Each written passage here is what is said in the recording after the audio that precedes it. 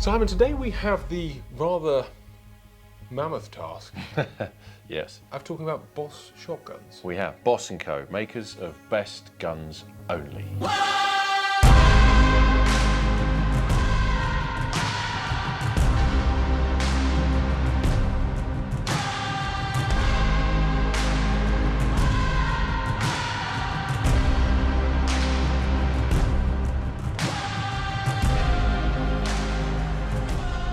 They have the reputation as one of the best gun makers in the world. Yes. If not the best to many people. Yes. Let's talk about that. Okay, we'll go through some of the history, some of the stages through and the important patents, and we will end up at one of the star lots of the auction.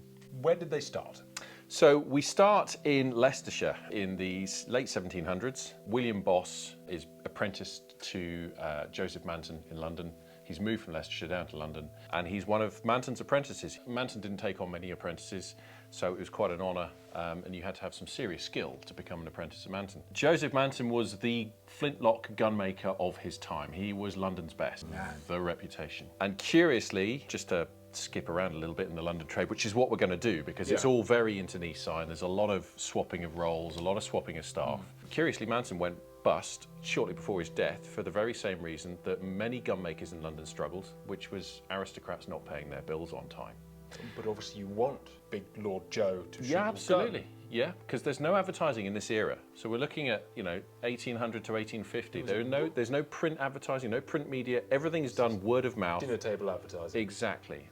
And very, very wealthy aristocrats talking to each other about what sporting guns they use is how your name gets built. But some of these people decide that they don't want to write the check or hand over the notes. So that does cause a cash flow problem with a lot of gun makers at this point. Okay. Having said that, they're still producing the highest quality guns in the style that Joe Manton taught them. Purdy was apprenticed to Manton as well. Some people say that Holland was as well, but he wasn't. He never was. Much later. So William Boss Sr. is apprenticed to Manton. William Boss Jr., his son, was apprenticed to William Boss Sr. because if they apprenticed to Manton as well, not that Manton would accept them necessarily, then they would have to pay tax on that. So being apprenticed within your family meant you avoided the tax that you had to pay. That's quite good. Yep. So not only William Boss Jr., but also Thomas Boss, also apprenticed to his father. But when William Boss Sr. died, because he was not a well man, not a fortunate man, he died fairly young, Thomas Boss was retained by Joseph Manton. And that is an indication of how highly regarded Thomas Boss was as a gunmaker. So we've got William Boss leaving his apprenticeship with Manton and moving to London because these journeyman gunmakers of exceptional skill in many aspects of gunmaking. They weren't just stockers, they weren't just actioners, they weren't just lock makers or barrel makers. They had an all-round knowledge of gunmaking, and their services at the highest level were in great demand from the rest of the London trade. But essentially we come to Thomas Boss, who kicks it all off with Boss & Co. Okay. Makes guns in his own right under the name Boss, and he is producing some of the finest percussion guns ever built. This is a period of great invention as we go from flintlock to percussion.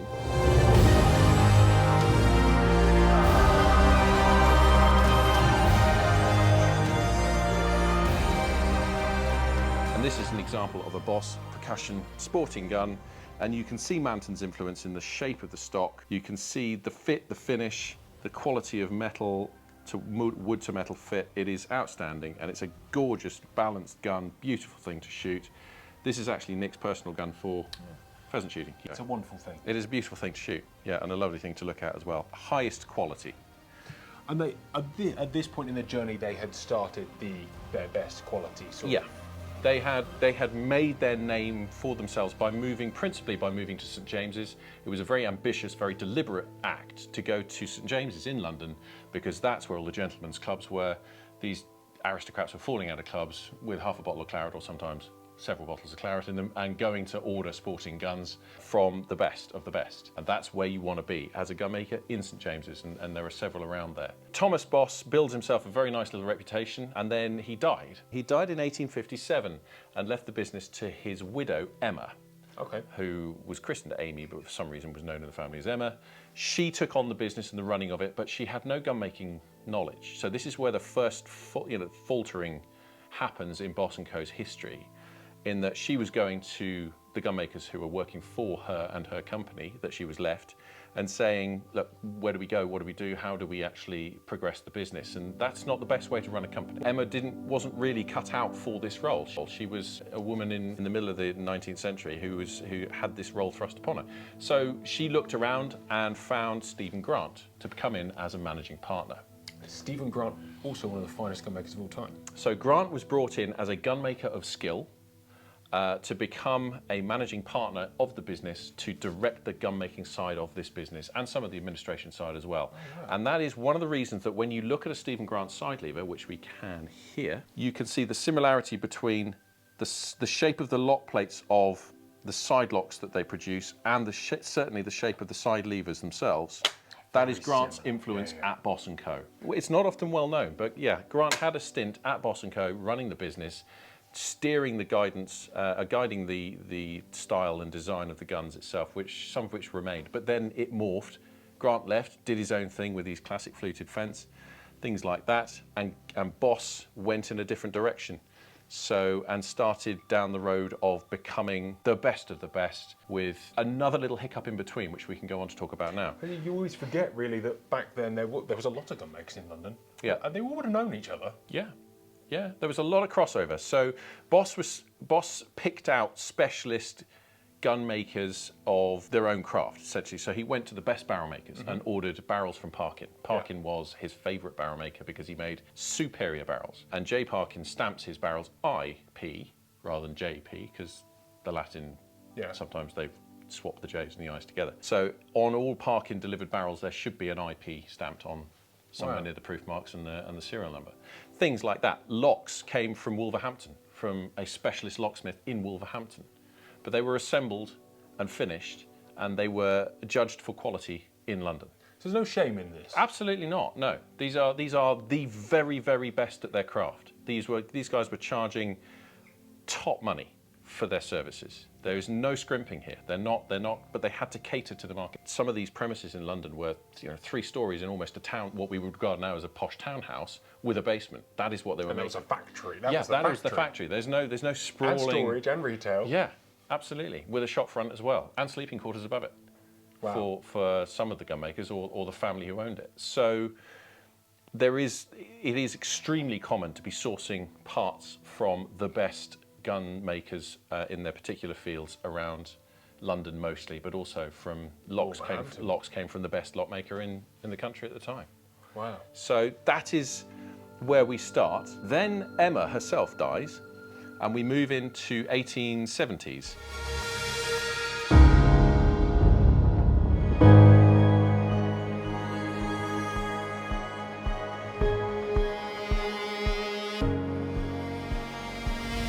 We move from percussion onto hammer guns, and again, this is where the period of invention at Bossing, the invention in the gun trade generally, kicks off. I mean, they like the touch paper, and there is an explosion of innovation and for a 10-year period of just wild change.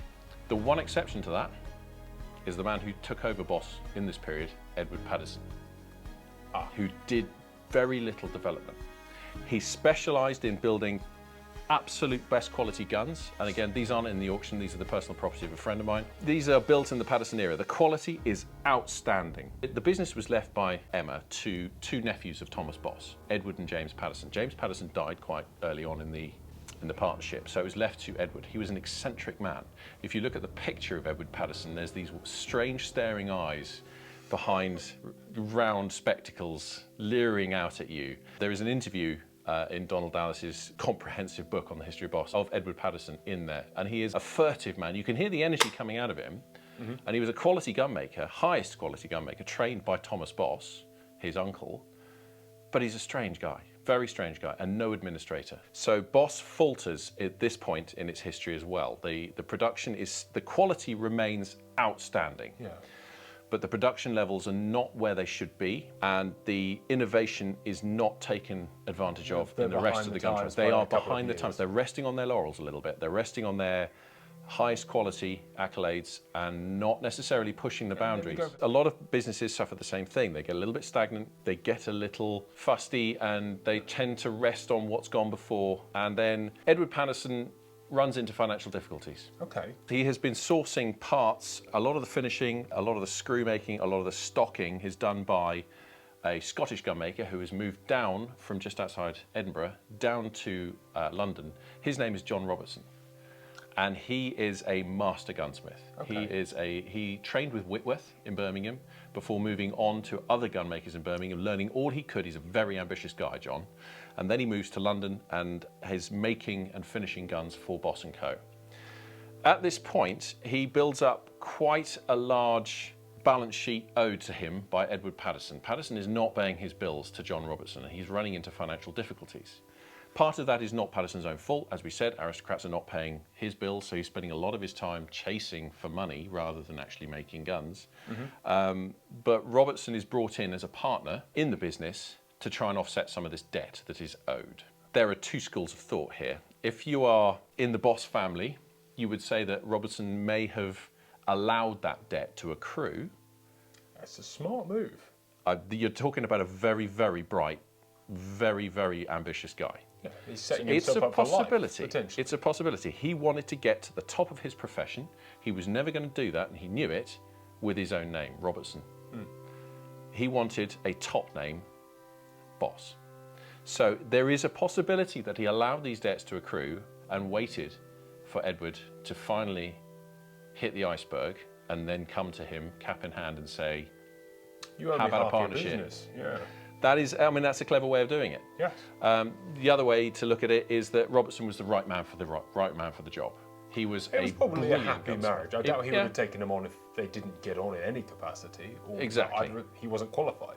No, exactly. He was certainly qualified. I mean, he was one of the guys working for the trade at that particular period in the 1870s. So we're talking about 1870, 1880, and at 1891, Paterson dies and Robertson takes over. Now, Robertson, in stark contrast to Mr. Paterson, is a man of huge intellect, almost mechanically creative genius, and a thirst for driving the business on. He's also a hungry man. He was a hungry man. He was a gunmaker of consummate skill as well. Yeah. That is the guy you want running the best gunmaker in the world. Robertson comes up with 3 of the most important patents for gunmaking Of all time. of all time. They happen in a period over about 8 to 15 years, and they're not without their issues, because there was at least one legal case about the single trigger mechanism. The over and under that comes later in his life, in around about 1909. something like that, yeah, in 1909.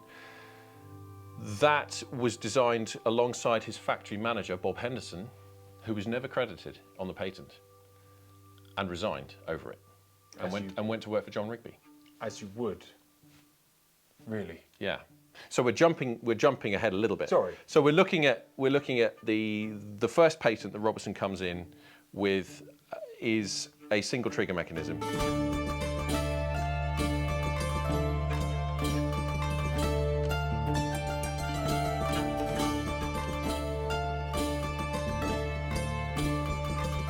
First ever single trigger mechanism. It wasn't the first ever single trigger mechanism. Okay. But it was the first ever single trigger mechanism to work properly. That's quite something. They're different. That's a different thing. It is, yeah. And we still struggle today. We got single trigger mechanisms that don't work properly in all kinds of different makers. Yes. So, we won't burn either of our careers right now. No, we right won't. Here, No, we'll keep that to ourselves. This was Robertson's major coup with his patent single trigger. It was designed, interestingly, with a guy called Adams, who also patented this very unusual lever cocking Purdy. Again, this is the crossover between gunmakers in London. They're all having pints at the Gunmaker's They pub or are. whatever. They are. They're all. Some of them are drinking together. Some of them are working together. Some of them are co-designing things. Sneak out. Exactly. All So the best ideas happen over a beer. So William Adams, who patented that, also has a large part in the patent of the single trigger, although he's not credited on the patent.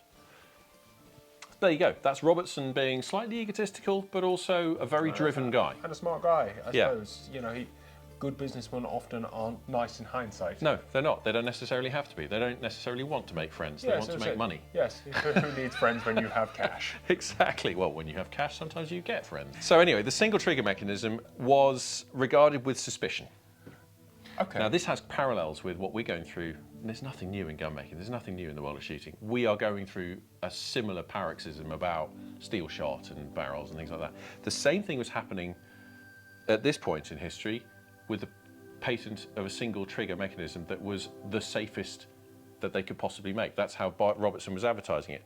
Now, to prove, because double discharging was a problem with earlier single trigger mechanisms, it was very, very dangerous. To get round it, his first design was built using a coil spring that rotated a turret that allowed the trigger to switch over to fire the second lock. Yes. That spring itself was made of an alloy of gold and copper to prevent corrosion. That's extremely cool. But then Robertson, realizing that actually the spring was failing occasionally, rarely, but occasionally, being the perfectionist he was, he went back, redesigned it, and used a series of inclines on the pivot itself so that it would actually rotate round. To the triple pull. To the triple pull concept, exactly.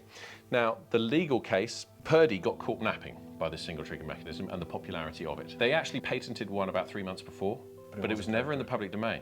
Oh. So Purdy and Boss went to court over this, and the result was unsatisfactory. It was inconclusive, but Robertson could no longer claim that he invented the 3-pull single trigger, and he was very unhappy about it. But that's not He probably got quite a few orders on the books by this Oh point. yeah, he was doing. Well, that's why Purdy contested it, because they were very unhappy that they were being thrashed openly by another gunmaker because they didn't think that single trigger mechanisms were going to be popular. This is about marketing, but it's also in a very crowded market of high-end, top-end gun makers. You want to have something that nobody else has. That is how you sell more guns to the aristocrats than the other guys. Yeah. Other single trigger mechanisms, as we've discussed, had a reputation for being dangerous. To prove it was safe, he took one down to his shooting ground and he put 1,000 shots through it in front of the press. Or he had other people shoot in one day, and it never missed a beat. Pretty cool. Now that is the evidence that the press needed that this was safe, but still the public were not adopting it. So he went a stage further, and he built the turret out of boxwood to prove that the design could stand up to working just out of wood, because the design was so good it didn't need to be hardened steel. That was his. I mean, this is the level the guy went to prove that it would work. Was he liked? From these sort of character observations, he probably wasn't particularly likable. I think he was an obsessive character. Yeah. I think he was you know what it's like a sporting team. It's like the fan club of a sporting team. The guys that work for you, you're all pulling together. You are under the same roof. You're all working in the same business. You tend to regard everyone else with perhaps suspicion, maybe a little bit of, looking down your nose at them. Yeah, professional bitterness. Bit of professional bitterness, but there was a lot of rivalry. They're building similar style guns, but Boss guns stand out for their consistent high quality. Robertson's patent of the single trigger mechanism, he later patented an ejector mechanism which was superior arguably to others. Inadvertently, the way this ejector mechanism works, it makes it an assisted opener. Because the self-opener was a Purdy patent by this point. It was, yeah, but this is the assisted opener. You can see that ejector allows it to, if you put it on a side, it will open itself. If you put it upside down, this is the way to tell the difference between assisted and self-opener. It will not open itself. You have to push it. Yeah. Now, we do also, lot 1454 in this auction, is an extremely rare self-opener. Okay, so they would have bought that patent off of... No, this was his own version of the self-opener. It's a slightly different design. A very different design. Yeah. All right, we're not going to go into that right now. We won't delve into the minutiae of the difference between. Well, that is interesting. But these are the patents that made Robertson just crucial to Boss's success at the turn of the century.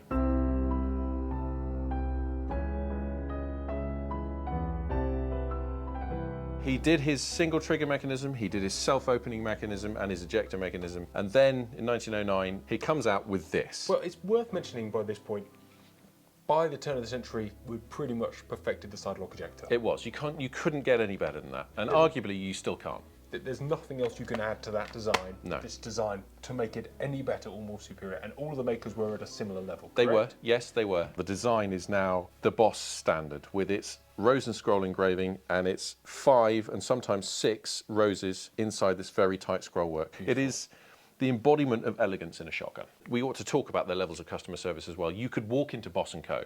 and you could say, I want this, this, this, this, and this. So Admiral Montague, who walked into Boss and ordered this pair of hammer guns, Which is said, so stunning. actually said, I want a pair that resemble my Hollands, but are of higher quality. That is what he ordered, and Patterson, at the time, who was in charge of the company when he built it, favoured island locks. He did not like the side lock plate. He thought that island locks were much stronger. How many actions actually break in half? Well, most of the bad ones fail at proof, Well, there you go. so That's they all. never make it to the customer. Okay. But what I'm talking about is the strength in the head of the stock. Patterson argued that this style of lock plate weakened the head of the stock. But Montague was insistent when he ordered these guns, and the Admiral said, I want them looking like this. Please deliver them by X date, and I want that thumbhole second pattern opening as well. And that's what he got. It's pretty cool. At the highest possible quality. This pair of hammer guns have shot with Kaiser Wilhelm and the Prince of Wales on the same day at Sandringham. One of the other things we ought to mention is another idiosyncrasy about Boss is the genuine Boss cases are stamped with the number for the gun. So this is a percussion gun case from about the 1850s, and the serial number of the guns is stamped onto the woodwork of the case itself. This customer is in the records because this is not a normal gun case. A lot of them were two-tier, so you could pull out the tray for the barrels and had lots of accessories with it, because obviously with a percussion gun you need lots of stuff. Lots of stuff, wad cutters. A big travel case. Exactly. This man, who ordered these, whose name I forget, said, I want a case that allows the guns to fold flat, but I also want the lid to fold flat. That's what he got. Part of who is the best gunmaker, it's a multi-layered thing. It You is. have to make an amazing product and Yes. back it up with an amazing Service. Yeah. and remain desirable for a period of time. Yes. That makes the owner happy.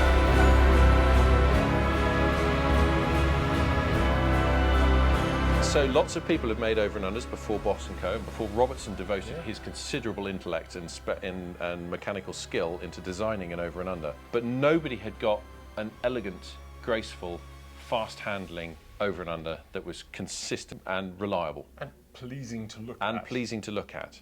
And Robertson's patent, which, as we discussed, he came up with his factory manager, Bob Henderson, introduced this in 1909. Without CAD. Without CAD, this is all... That to me is wild. Yeah, it is quite something, it really is. And this is one of the more modern ones, but the design has not changed. With that elongated top part of the fore end. They're so iconic. And this took gun making by storm, effectively. Yeah. I mean, everybody looked at it and just went, wow. Well, it took 3 years for Woodward to come out with a Yep. response of the only other English gun they ever kind of measured up in style and look. Yep. It's crazy. Yeah, to make it desirable to the Edwardian by now gun buying public, and this is for the very cream of aristocratic shooting. Only they could afford this at the time. This is pre-First World War. This is the height of the Edwardian game shooting era. There was a lot of marketing done with protection of the hand, faster acquisition of your bird. A lot of these things were extolled, and then he put his single trigger mechanism in it as well, and that worked properly.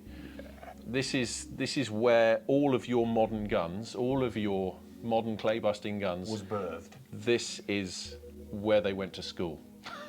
And you can see it's mimicked and copied in so Yes. many ways. Yeah, but no one has got close. And this is not to discredit to any of the other gun No, makers it's and their not. designs, but there is something about a Boss over and under that is just wow. It is. It's proper wow. It really is.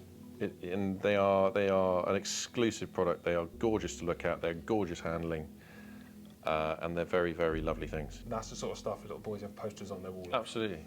You know, good gun makers can perfect a style. Great Yeah. gun makers develop their own style. It is the daddy. It is. They're still going today, and they're still producing best quality guns only. The only exception to that is some of their clients would come in and say, look, I want your quality of gun, but this is for my son or my grandson. I don't want to spend side lock money. Make me a box lock. And John Robertson got that question a lot. And to get round the issue of maintaining his strapline of best guns only, he produced very, very high quality box locks, but with his own name on it. So a John Robertson box lock. They're highest quality box lock ejectors. They are stunning quality. But he did not water down the brand that had been built up, and that he had done so much work to... I'll give you an example. The output that John Robertson, compared to Edward Patterson, was producing was 6 times greater. That is the level of business that he built. It was a change of premises several times to try and find bigger premises to accommodate a rapidly growing staff of highest quality gunmakers and some salespeople in front of the house. Their own staff and Yes, expanding that. these gunmakers are now in-house. Wow. They did not then outsource. They had got themselves to a level where they had enough orders on the books. absolutely they could pay top wage for top gunmakers to work for them and only them. That's cool. Yeah. So what happened after this, other than they dominated the market with it, they created one of the best things ever. What happened? What happened? The First World War happened. John Robertson died, and the business transferred to. He died of natural causes. As an old man. He was a bit old. Didn't to go die in the to war. World War. Oh no, he was designing a mortar bomb thrower during the war. So to keep himself busy, because a lot of Boss's output during both wars were devoted, certainly the Second World War, were devoted to making specific parts for Enfield rifles or specific parts for other firearms for the Ministry of War. Standard ones.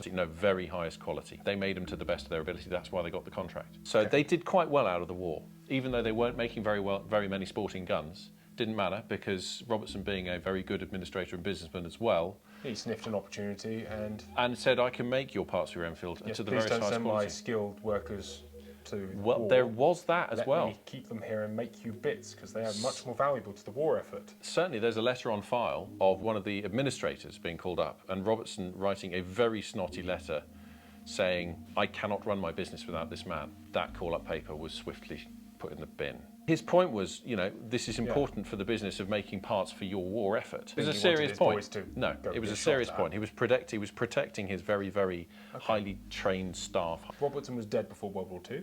Yes. Yeah, and the business had transferred over to his 3 sons, all of whom were trained gun makers. Land and shooting had changed. It was a lot of houses were demolished, a lot of land was sold off because they couldn't afford to pay the tax bill that was being demanded by the government to pay off the war debt. So consequently, that trickled down to high-end gun makers, and their order books started to shrink. But they maintained their level of still making best guns only. They just made fewer of them. They are the oldest continuously privately owned gun maker we have.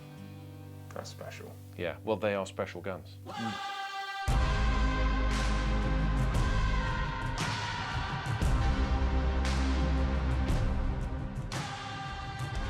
Boss & Co. has gone through several hands of ownership. It is now owned by one man, and he is now building highest quality guns only again. They are innovating, and it's good to see, because that is the tradition of Boss, that Robertson, the legacy that Robertson left, is highest quality innovation, highest quality produced into the hands of a discerning clientele. That's a big task to take on. With this kind of product, you do not need to market hard.